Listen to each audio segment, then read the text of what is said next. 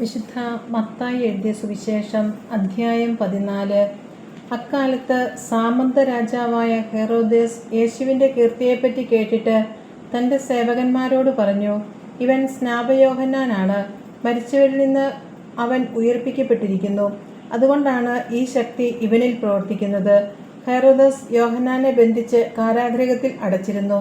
സ്വന്തം സഹോദരനായ പീലിപ്പോസിൻ്റെ ഭാര്യ ഹെറോദിയ നിമിത്തമാണ് അവനത് ചെയ്തത്. എന്തെന്നാൽ യോഹന്നാൻ അവനോട് പറഞ്ഞിരുന്നു, അവളെ നീ സ്വന്തമാക്കുന്നത് നിയമാനുസൃതമല്ല. ഹെറോദേസിന് അവനെ വധിക്കണമെന്നുണ്ടായിരുന്നു.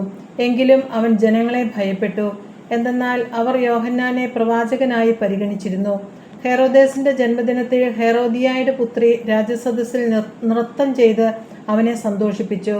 തന്മൂലം അവൾ ചോദിക്കുന്നതെന്തും നൽകാമെന്ന് രാജാവ് അവളോട് ആണയിട്ട് വാഗ്ദാനം ചെയ്തു. അവൾ അമ്മയുടെ നിർദ്ദേശമനുസരിച്ച് പറഞ്ഞു, സ്നാപയോഹന്നാൻ്റെ ശിരസ് ഒരു തളികയിൽ വെച്ച് എനിക്ക് തരിക. രാജാവ് ദുഃഖിതനായി. എങ്കിലും തൻ്റെ ശബ്ദത്തെയും അതിഥികളെയും പരിഗണിച്ച് അതവൾക്ക് നൽകാൻ അവൻ ആജ്ഞാപിച്ചു. അവൻ കാരാഗൃഹത്തിൽ ആളയച്ച് യോഹന്നാൻ്റെ തല വെട്ടിയെടുത്തു. അത് ഒരു തളികയിൽ വെച്ച് പെൺകുട്ടിക്ക് നൽകി. അവൾ അത് അമ്മയുടെ അടുത്തേക്ക് കൊണ്ടുപോയി.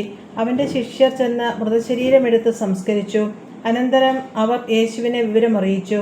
യേശു ഇത് കേട്ട് അവിടെ നിന്ന് പിൻവാങ്ങി വഞ്ചിയിൽ കയറി തനിച്ച് ഒരു വിജന സ്ഥലത്തേക്ക് പോയി. ഇതറിഞ്ഞ ജനക്കൂട്ടം പട്ടണങ്ങളിൽ നിന്ന് കാൽനടയായി അവനെ പിന്തുടർന്നു. അവൻ കരയ്ക്കിറങ്ങിയപ്പോൾ വലിയൊരു ജനക്കൂട്ടത്തെ കണ്ടു. അവരുടെ മേൽ അവന് അനുകമ്പ തോന്നി. അവരുടെ ഇടയിലെ രോഗികളെ അവൻ സുഖപ്പെടുത്തി. സായാഹ്നമായപ്പോൾ ശിഷ്യന്മാർ അവനെ സമീപിച്ച് പറഞ്ഞു, ഇതൊരു വിജന സ്ഥലമാണ്, നേരവും വൈകിയിരിക്കുന്നു. ഗ്രാമങ്ങളിൽ പോയി തങ്ങൾക്ക് ഭക്ഷണം വാങ്ങാൻ ഈ ജനക്കൂട്ടത്തെ പറഞ്ഞയക്കുക. എന്നാൽ യേശു പറഞ്ഞു, അവർ പോകേണ്ടതില്ല, നിങ്ങൾ തന്നെ അവർക്ക് ഭക്ഷണം കൊടുക്കുവേൻ. അവർ പറഞ്ഞു, 5 അപ്പവും 2 മത്സ്യവും മാത്രമേ ഇവിടെ ഞങ്ങളുടെ പക്കലുള്ളൂ. അവൻ പറഞ്ഞു, അതെൻ്റെ അടുത്ത് കൊണ്ടുവരിക. അവൻ ജനക്കൂട്ടത്തോട് പുൽത്തകിടിയിൽ ഇരിക്കാൻ കൽപ്പിച്ചതിന് ശേഷം ആ 5 അപ്പവും 2 മത്സ്യവും എടുത്ത് സ്വർഗത്തിലേക്ക് നോക്കി ആശീർവദിച്ച് അപ്പം മുറിച്ച് ശിഷ്യന്മാരെ ഏൽപ്പിച്ചു. അവർ അത് ജനങ്ങൾക്ക് വിളമ്പി. അവരെല്ലാവരും ഭക്ഷിച്ച് തൃപ്തരായി. ബാക്കി വന്ന കഷണങ്ങൾ 12 കുട്ട നിറയെ അവർ ശേഖരിച്ചു. ഭക്ഷിച്ചവർ സ്ത്രീകളും കുട്ടികളും ഒഴികെ 5000-ഓളം പുരുഷന്മാരായിരുന്നു.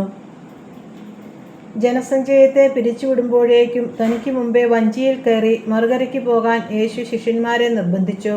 അവൻ ജനക്കൂട്ടത്തെ പിരിച്ചുവിട്ടതിന് ശേഷം ഏകാന്തതയിൽ പ്രാർത്ഥിക്കാൻ മലയിലേക്ക് കയറി.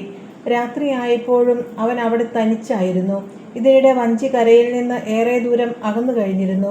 കാറ്റ് പ്രതികൂലമായിരുന്നതിനാൽ തിരമാലകളിൽപ്പെട്ട് അത് വല്ലാതെ ഉലഞ്ഞു. രാത്രിയുടെ 4-ാം യാമത്തിൽ അവൻ കടലിനു മീതെ നടന്ന് അവരുടെ അടുത്തേക്ക് ചെന്നു. അവൻ കടലിന് മീതെ നടക്കുന്നത് കണ്ട് ശിഷ്യന്മാർ പരിഭ്രാന്തരായി. ഇതാ ഭൂതം എന്ന് പറഞ്ഞ് ഭയം നിമിത്തം നിലവിളിച്ചു. ഉടനെ അവൻ അവരോട് സംസാരിച്ചു, ധൈര്യമായിരിക്കുവിൻ, ഞാനാണ്, ഭയപ്പെടേണ്ട. പത്രോസ് അവനോട് പറഞ്ഞു, കർത്താവേ, അങ്ങാണെങ്കിൽ ഞാൻ ജലത്തിനു മീതെ കൂടി അങ്ങയുടെ അടുത്തേക്ക് വരാൻ കൽപ്പിക്കുക. വരൂ, അവൻ പറഞ്ഞു. പത്രോസ് വഞ്ചിയിൽ നിന്നിറങ്ങി വെള്ളത്തിന് മുകളിലൂടെ യേശുവിൻ്റെ അടുത്തേക്ക് നടന്നു ചെന്നു. എന്നാൽ കാറ്റ് ആഞ്ഞടിക്കുന്നത് കണ്ട് അവൻ ഭയന്നു. ജലത്തിൽ മുങ്ങിത്താഴാൻ തുടങ്ങിയപ്പോൾ അവൻ നിലവിളിച്ചു പറഞ്ഞു, കർത്താവെ, രക്ഷിക്കണേ. ഉടനെ യേശു കൈനീട്ടി അവനെ പിടിച്ചുകൊണ്ട് പറഞ്ഞു, അല്പവിശ്വാസി, നീ സംശയിച്ചതെന്ത്? അവർ വഞ്ചിയിൽ കയറിയപ്പോൾ കാറ്റ് ശമിച്ചു. വഞ്ചിയിലുണ്ടായിരുന്നവർ അവനെ ആരാധിച്ചുകൊണ്ട്, സത്യമായും നീ ദേവപുത്രനാണ് എന്ന് പറഞ്ഞു. അവർ കടൽ കടന്ന് ഗനേസറത്തിലെ എത്തി. അവിടുത്തെ ജനങ്ങൾ അവനെ തിരിച്ചറിഞ്ഞ് ചുറ്റുമുള്ള നാട്ടിലെല്ലാം ആളയച്ച് സകല രോഗികളെയും അവൻ്റെ അടുത്ത് കൊണ്ടുവന്നു. അവൻ്റെ വസ്ത്രത്തിൻ്റെ വിളുമ്പിൽ ഒന്ന് തൊടാനെങ്കിലും അനുവദിക്കണമെന്ന് അവർ അവനോട് അപേക്ഷിച്ചു. സ്പർശിച്ചവരെല്ലാം സുഖം പ്രാപിക്കുകയും ചെയ്തു.